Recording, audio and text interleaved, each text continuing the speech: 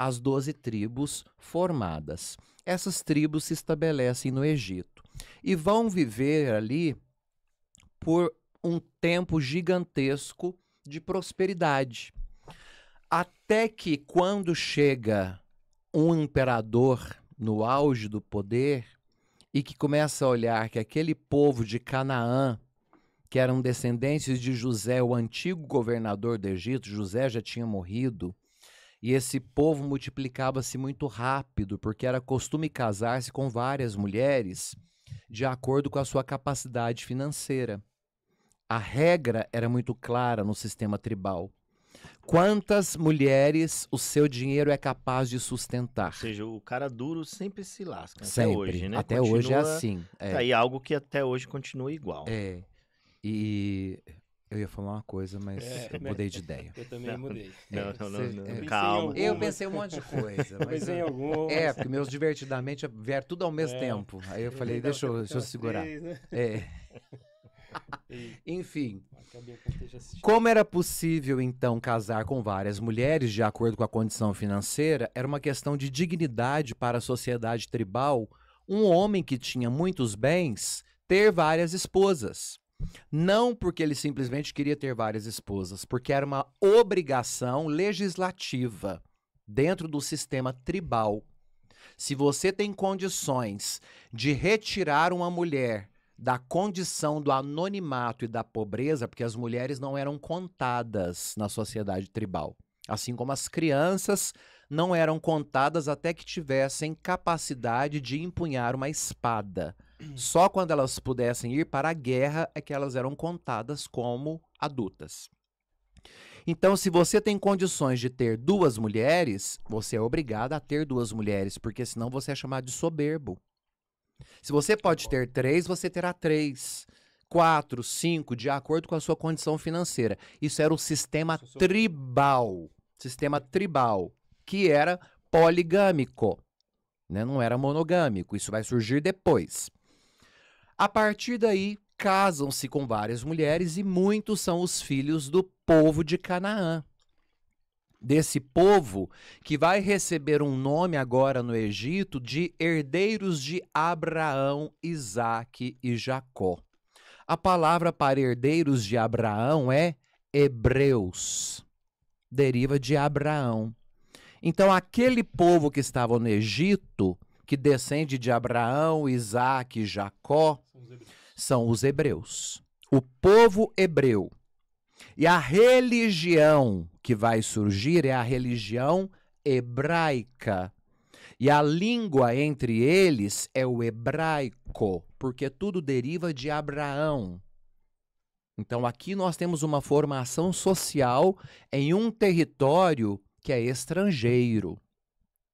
Quando chega a ascensão um faraó que olha o quanto os hebreus eram numerosos, vendo que os egípcios não tinham essa cultura, porque era um império intelectualizado, extremamente avançado para a época, eles pensam o seguinte: os hebreus se multiplicam com muita facilidade, porque eles se casam com várias mulheres e têm vários filhos por ano.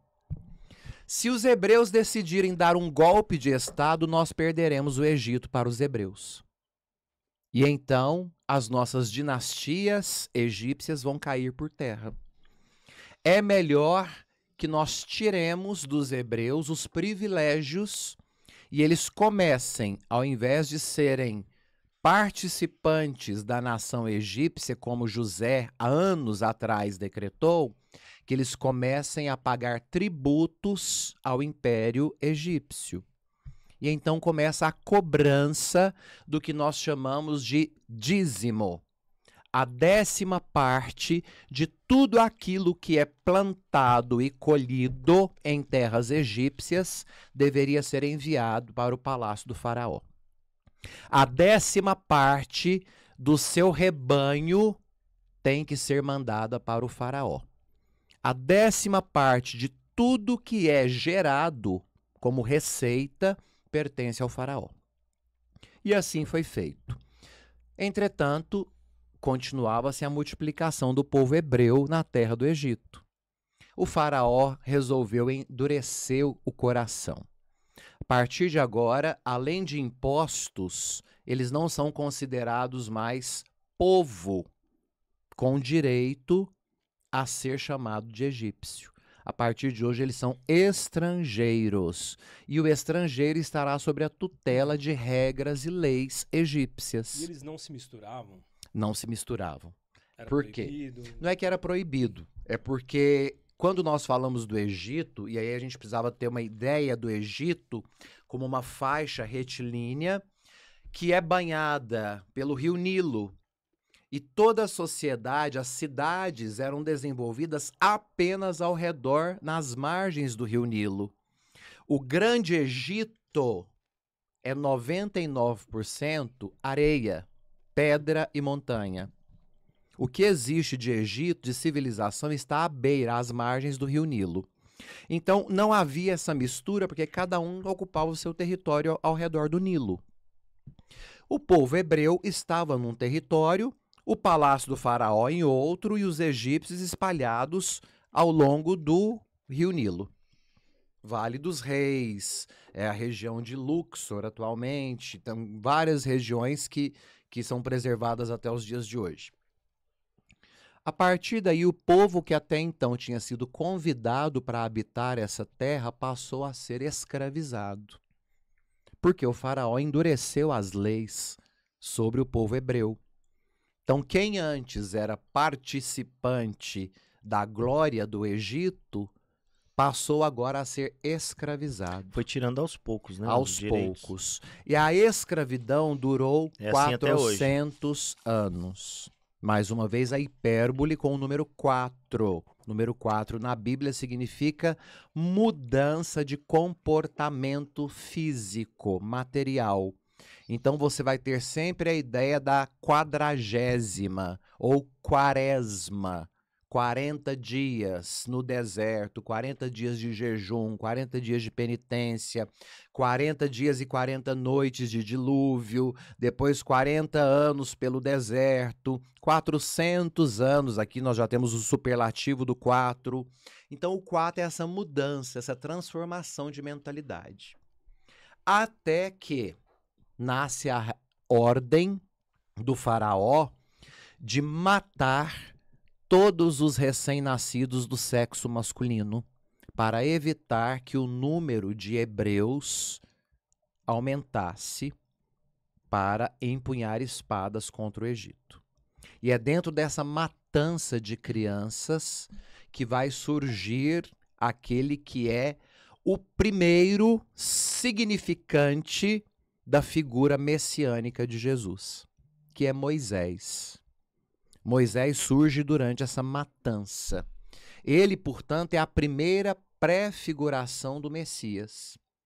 Dentre tantos bebês mortos, a vida de Moisés foi poupada, porque existia um propósito maior para Moisés, que seria libertar este povo da escravidão do Egito e devolvê-los para a terra de Abraão, que é a terra de Canaã.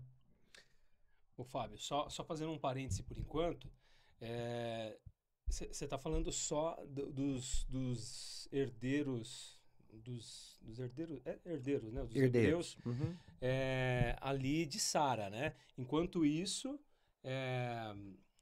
Ismael, né? Ismael está na Arábia, constituindo a sua vida, tocando barco lá com formando o povo dele. Isso, descendente de Abraão também, porque ele é filho de Abraão. Sim.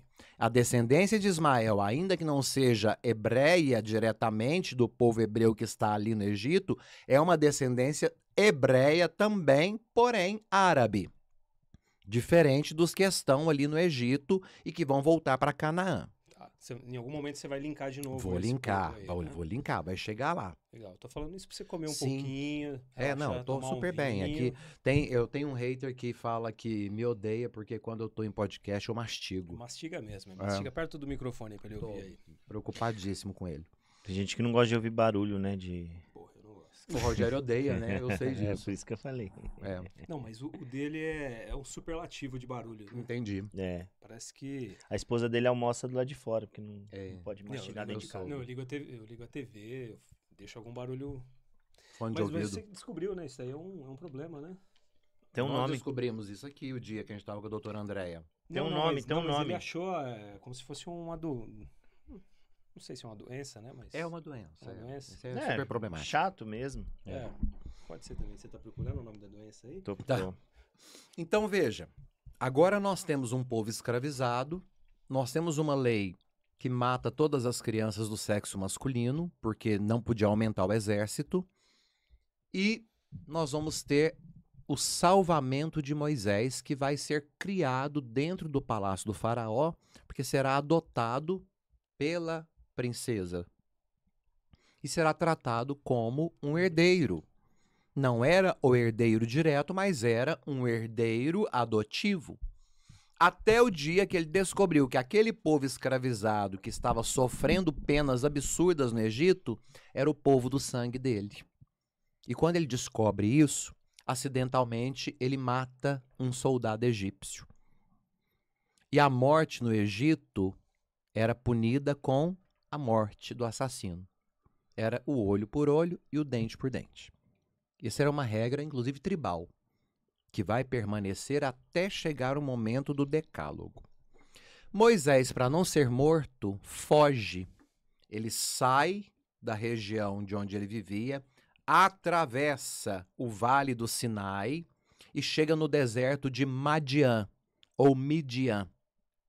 E ali ele se estabelece junto a uma família que tinha como sacerdote um homem monoteísta, que é da origem dos descendentes primeiros daquele povo hebreu que chegou no Egito junto com as tribos de Jacó, as tribos de Israel.